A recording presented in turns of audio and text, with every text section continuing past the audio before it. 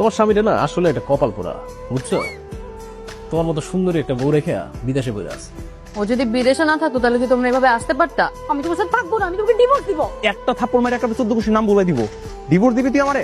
হ্যাঁ, আমার জমি জমা সবকিছু আত্মসাৎ করছস, আমার সই নকল করে ব্যাংকে সব টাকা তুলে নিছস, এখন আমার দিবি ডিভোর্স? এটা কি হইলো? তুমি নিচে ঘুমাবা।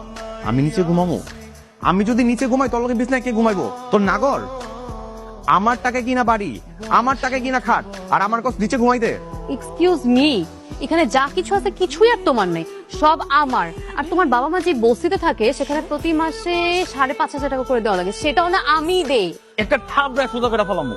কার টাকা দেস তুই? তোর বাপের টাকা দেস? আমার টাকা আমার আব্বা আম্মার কাছে পৌঁছাইতেছস। মা, আমার মা বাবা যেই বস্তিতে থাকে এখন তো তুই সেই বস্তির মধ্যে থাকবি। আমার মা যেই কাজ করতেছে সেই কাজ তুই করবি। এই জায়গায় তুই রান্না বান্না করে আমার মারে খাওয়াবি, সেবা যত্ন করবি। তার আগে আমার মায়ের পা ধরে মাছ চা, পা ধর। এই মহিলার পা ধরে আমি মাপ চামু? জীবনেও না, মরে গেলেও না।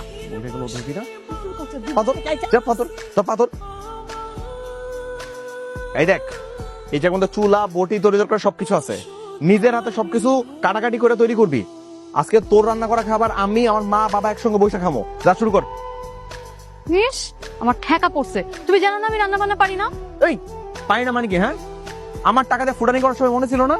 তখন এত কিছু কইছিল, খুব তো মজমস্তি করে বেড়েছস, এখন তো কষ্ট লাগে কেন? সুন্দর মতো বসে রান্না বান্না শুরু কর, কাটাকাটি করবি। যা যা, বস এখানে। হ্যালো ইকবাল, হ্যাঁ বাবু, বলো।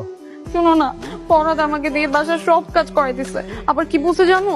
বলছে যে সোনা দানা সম্পত্তি যা কিছু আছে না ওগুলো সব ওর নামে করে দিতে। আবার খবরদার তুমি এই কাজ ভুলেও করবে না। কিন্তু ওগুলো বাসায় থাকলে তো ওইগুলো নিয়েই যাবে, তাই না? তুমি একটা কাজ করবা, তুমি আজকে রাতে একটু আসো, আমি এগুলো সব তোমাকে দিয়ে দিই। বৌমা, সাজানো সংসারটা নষ্ট করো না মা।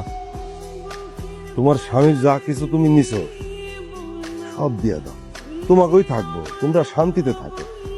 আমরা আর কয়দিন বাঁচুন, তাই না? আমি যা বলি তুই তাই শোন। তোর একটা ছেলের সাথে সম্পর্ক আছে না, যে কি যেন নাম? ইকবাল। হ্যাঁ ইকবাল, পরলোকের ছেলে না? হ্যাঁ, তাহলে একটা কাজ কর, তাড়াতাড়ি বিয়ে করে ফেল। যদি বিয়ে না করিস তাহলে এই কুল দুই কুলি চলে যাবে। হ্যাঁ, আমি যেটা বলি আমার বুদ্ধিটা নিয়ে তোর খুব উপকার হবে। আমি সব টাকা পয়সা গয়না গাটি নিয়ে তোমার সাথে পালাই যাবো। কয়েক মাস আমরা ভারতে থাকবো। ভারত?